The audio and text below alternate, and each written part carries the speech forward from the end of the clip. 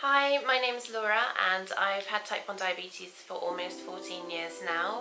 I was diagnosed when I was 16 years old. I use an insulin pump to manage my type 1 diabetes every day, and before I was using the pump I was using multiple daily injections. And something else that I use every single day to manage my diabetes is social media, and in particular the diabetes online community. For the first 10 years after my diagnosis I didn't speak to anybody else with type 1 diabetes, and I honestly felt like I was the only person locally who lived with type 1, which sounds really strange. But I didn't know there were all these kind of forums and support groups that were available to me.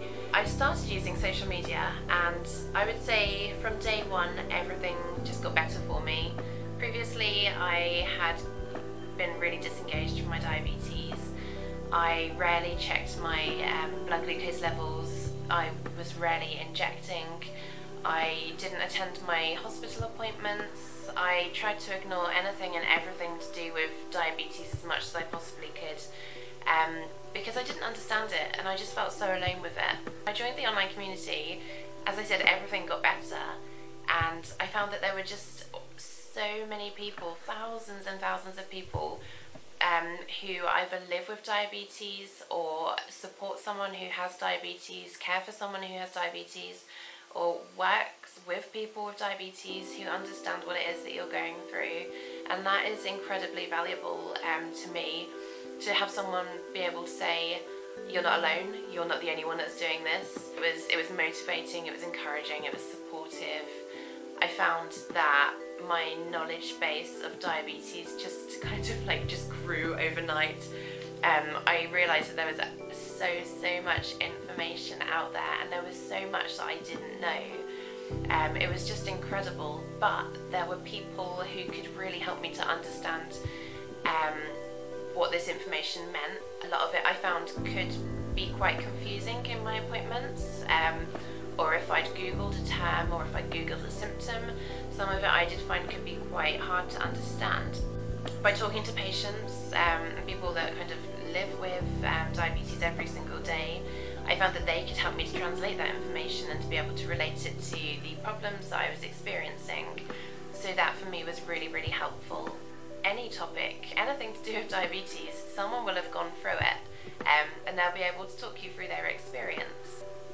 Looking into pregnancy, exercise, avoiding hypos when you're exercising, going to a festival, how to kind of manage diabetes at a festival, alcohol, sex, relationships, starting a new job, how to tell people that you work with that you have diabetes, anything and everything that we need to know, someone will have the answer, and that's just incredible. Sometimes I find some of those topics, for example sex and alcohol, I find them quite difficult to talk to my healthcare professionals about sometimes.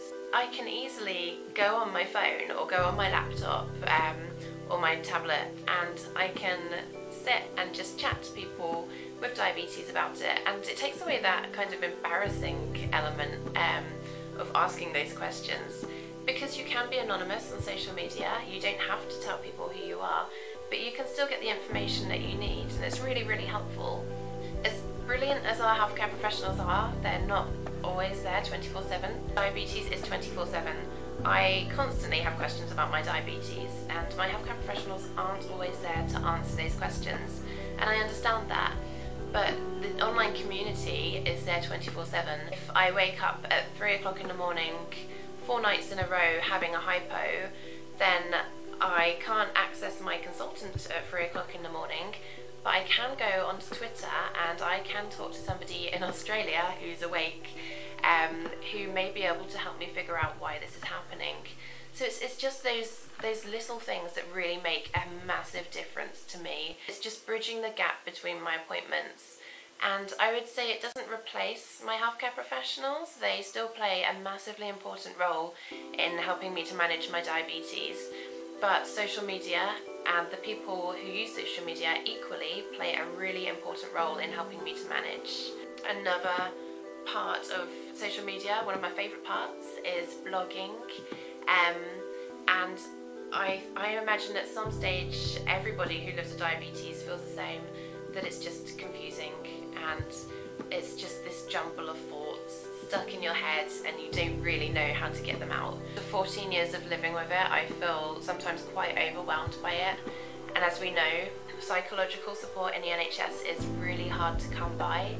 So I found with blogging it's really therapeutic, and I can get all of my thoughts and feelings out onto this kind of blank canvas, and I can organise my thoughts in a way that will help me to understand them. I can see them clearly, I can pick out patterns, I can see if I'm making mistakes or if I'm doing something right, I can continue to do that. So that's been really, really helpful. I try to make every experience into a positive, and I try to find a positive outcome. But it's just really nice to be able to talk about what you're experiencing, whether it's an experience that you've had at the hospital, or an experience that you've had with your GP, an experience running a marathon, or going to the gym, going through pregnancy. It could be anything that you want to talk about at all, but it's just really helpful to be able to get everything out onto a piece of paper and to be able to reflect on it, and to make sense of it. I would say social media isn't for everybody. It's not everyone's cup of tea, but I would recommend giving it a go if, like me, you were kind of really struggling with your diabetes, or even if you weren't struggling but you just wanted somebody to talk to, you wanted to feel less alone, you wanted to feel involved in a community, perhaps you want to give something back and you want to help people, you want to share your experiences, you want to share all of your knowledge of diabetes, I would say give social media a go. There are absolutely loads of platforms, so I use Twitter every single day. I'm at Ninjabetic1 on Twitter. I use Facebook, Instagram. It's not just pictures of cats anymore. People with diabetes are using it too. YouTube is an incredibly powerful tool for tutorials. So if you want to know what an insulin pump looks like, kind of the features, how a cannula is attached, how a cannula is inserted, there are absolutely loads of tutorials on YouTube that you can watch. If you just want to watch kind of the day in the life of someone with diabetes, and there'll be a YouTube video about it. So YouTube is a brilliant resource for learning and for sharing as well. Twitter is absolutely excellent for instant access to peer support, and getting your questions answered kind of within a few minutes or maybe a few hours. If you don't like it, you don't have to use it. There are still traditional face-to-face support groups out there, people who will meet up in person and who will provide the same support that you can get on social media. The only difference is that it's not always 24/7. There are pros and cons to everything. For me, the benefits of social media definitely outweigh the negatives, and as I said, it's really helped me to change my diabetes. I wouldn't be without it.